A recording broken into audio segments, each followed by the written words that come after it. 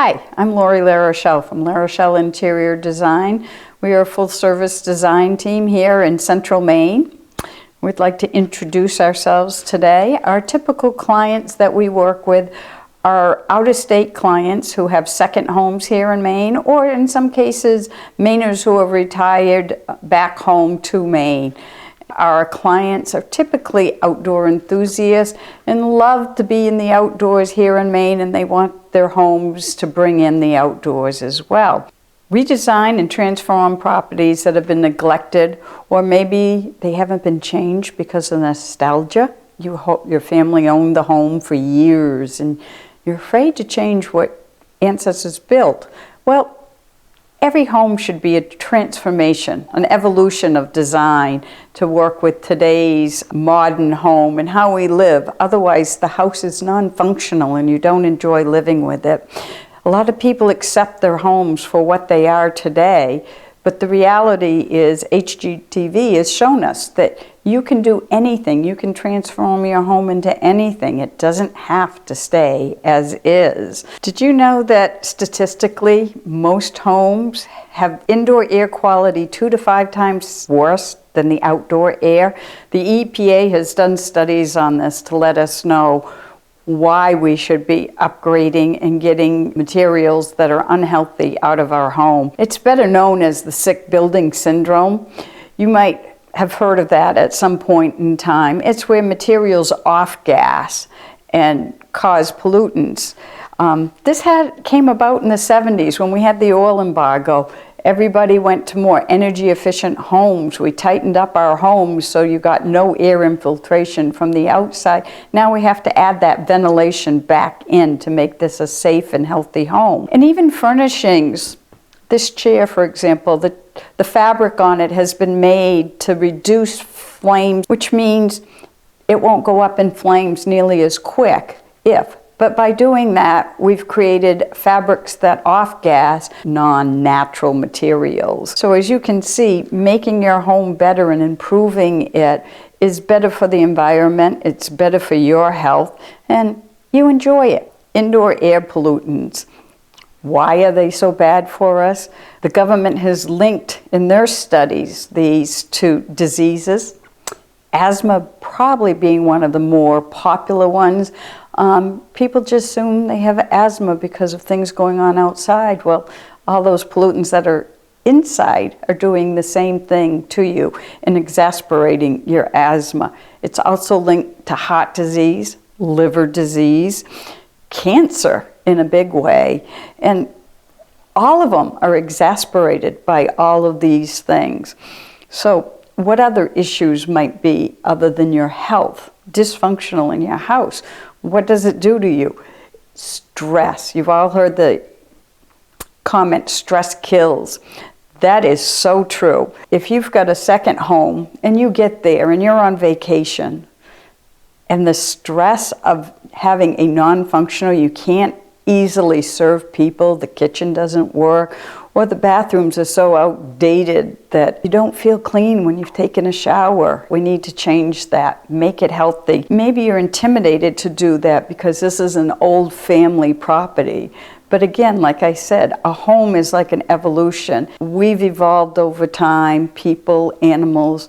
Our homes need to evolve with us so that they support us and are good for us. There's help out there if you're afraid to do a renovation design. We're here to help you. Me, other designers, anyone you want. Don't be afraid. Get the help you need. Or jump in both feet and do it yourself. That's fine too. What do you need to know to start a design project? You need to understand what you want, what your needs are, how you live in the house. What's important to you? Are you a sports enthusiast? Are you a cooking fanatic? Figure these things out. What your investment's going to be. Your investment's an important part of this. It's what's going to support your lifestyle. So you need to know what the investment is. What time frame is it going to take? That's going to depend if you're just doing a bathroom over, maybe it's just a kitchen. Or maybe it's the whole house. Maybe you want to open it up and bring more of Mother Nature into the home so that you can enjoy it more. How do you pick a contractor to do this?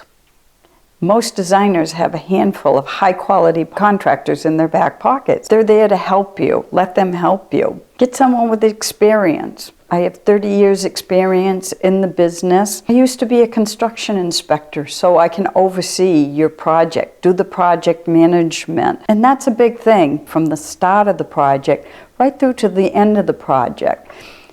It's what makes your project go smoothly, a lot less stressful. Okay, I'm going to tell you a little story about a project I worked on. This was for a large corporation, not a home, but the processes are the same, and what's important is the same. If you use a systematical approach to your design, it will cost you far less money than if you just jump into it and you keep saying, I want to change this, and then in the middle of it, I want to change that. This corporate project, I did a cost analysis for them.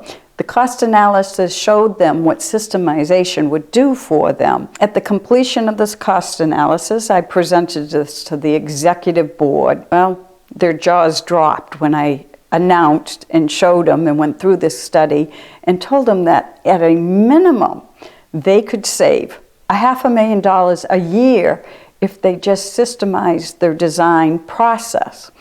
It saves money, it saves time, and labor costs. It's well worth doing. Having a project that's well organized and gone through a very systematic process will save you both time and money. Why hire a designer to help you with these things?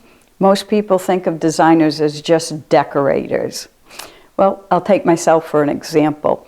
I spent first 2 years in school, and then I spent another 3 years studying architecture so that I truly understood. Both of these programs required me to study codes, to know what the flammability of a fabric is, what the egress requirements are to make it safe.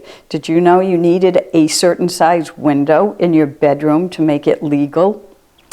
These are just a few things. We take the same exam that an architect takes. It reviews the code, it reviews project management, all of that. The only thing you're not getting with an interior designer versus an architect are the structurals. In our case, we partner with some of the best architects in the state so that if we have structural things going on in your home, we can solve those before the construction process starts. Why do I do this for a living?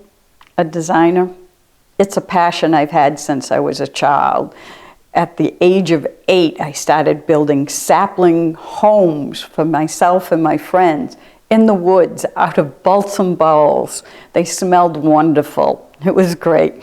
But they had windows. They had doors that actually operated. We'd take vines and tie the doors to a sapling so you could swing them open and close. And I had a father who was a handyman. He had to do everything himself because he wanted it a certain way.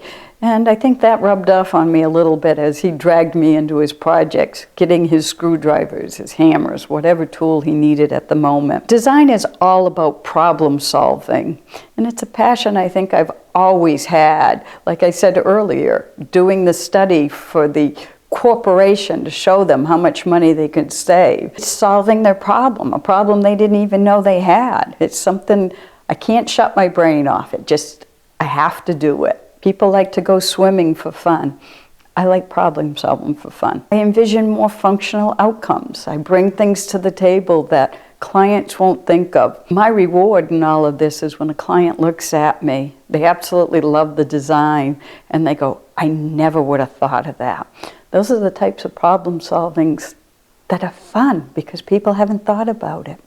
And that's what I do. Other projects, residential projects. I got a call one day from a client who said, I need to do my kitchen. It looks like the 1950s. I said, okay, let's set up an appointment. Let's talk about this and find out what your needs are. And we sat down, had a brainstorming session, which is the beginning of my systematic approach to everything, is to understand how and why you need to use the space. This client kept talking about this kitchen. She goes, I hate it. I can't entertain in it. And it's like, I can't have company. It's just so outdated. It's non-functioning. But she kept throwing in these words like, I can't entertain. When I'm working, I can't talk to my guest. As a result of that, we added a little bit more to the project than she expected or planned on. But we did it because it gave her what she really, truly wanted. We opened up, we took out a wall between the dining room, and as we were doing that, we decided, can't have many people in this small dining room, so we took out the hallway wall between the dining room and the staircase that went up. Opened up the whole space.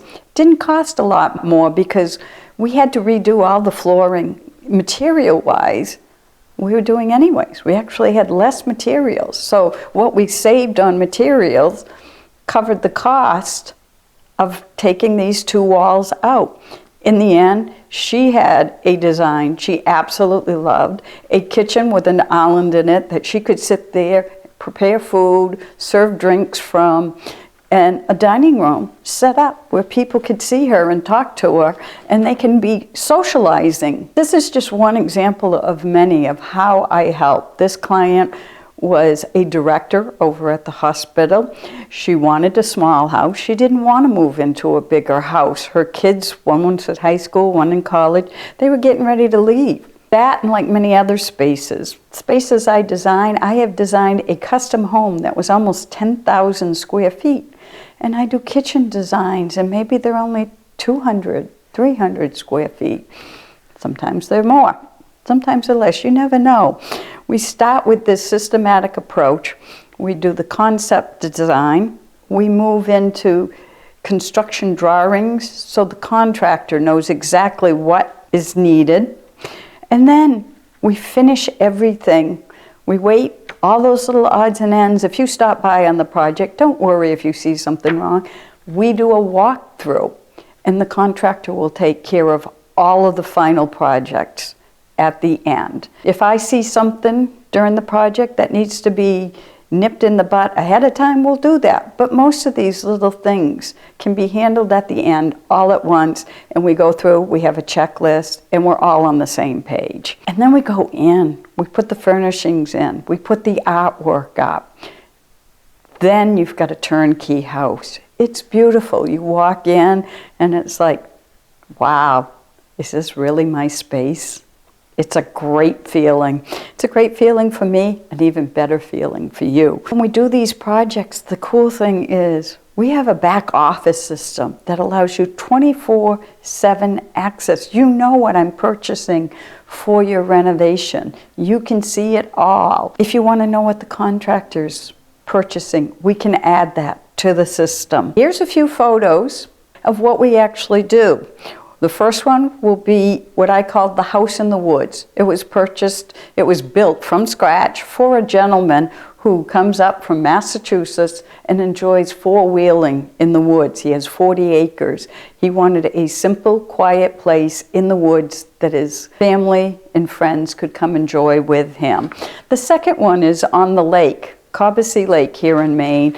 And this client inherited this house from her father. It was very nostalgic, very 1950s dated, because that's when he did the last of the renovations. She loves boating. We created a bar in the basement that looks like a Chris Craft Boats. For all you boating fans, you'll know what that is. It's a very lovely little piece of art as well as functional furniture in her daylight basement. Take notes when you look in the windshield we recreated, and you can see the lake in the background reflected in the mirror. And we redid the kitchen. When you walked into this house, you saw a wall. When on the other side of this door, straight through the house, was a beautiful view of the lake.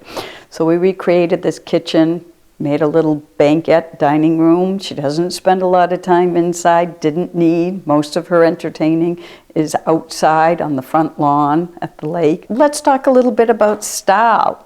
What's your style? Are you transitional, traditional, cabin? I do a lot of homes that are log cabins in the Maine woods, or coastal cottage. That is really big here. When your whole front yard is the coast, what more do you want? People ask me what my style is. Doesn't matter what my style is. What matters is what you like. I'm here to serve you, not the other way around. I do, that being said, like clean, uncluttered designs. The reason being is most of my clients come from out of state or seasonally stay here in Maine, and they just want to enjoy the outdoors. They want a low maintenance home that they can come if it's raining out, or they just want to rest, relax, and read. It's more of a spa-like environment, not something that's going to require a lot of work and picking up and headaches. So we're glad you spent this time with us today. We hope you'll call us soon so we can help you out and let us create your dream property.